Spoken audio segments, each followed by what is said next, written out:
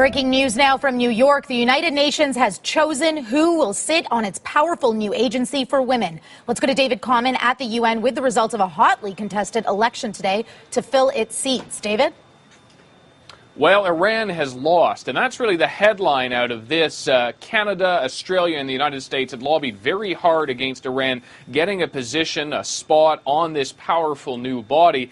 And it's important because for Canada, it comes, of course, after that humiliating defeat, trying to get a seat for itself on the Security Council. This is a little bit in its corner, a little bit of a diplomatic victory.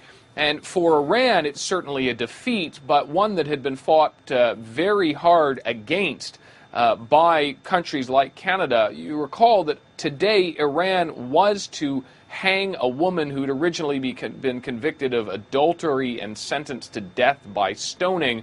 That doesn't actually hold up all that well for women's rights, as you might imagine. So a number of human rights groups and a number of countries had opposed Iran trying to get a seat on this powerful new UN body. It has been defeated. There were 11 candidates, and Iran was last place amongst them, unseated actually by a country that only entered its candidacy a couple of days ago. That country, the small nation of Timor-Leste, some people will know it as East Timor. The Australians particularly had worked hard to try to get that country to come in, put itself on the ballot, and then worked very hard trying to get other countries to not vote for Iran. David, do we know about Saudi Arabia?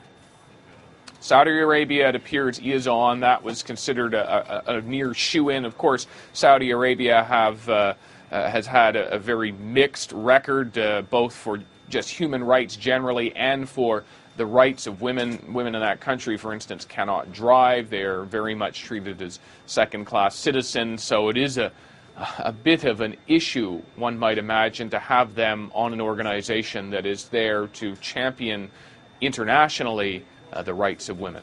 All right. Thank you very much, David. David Common in New York.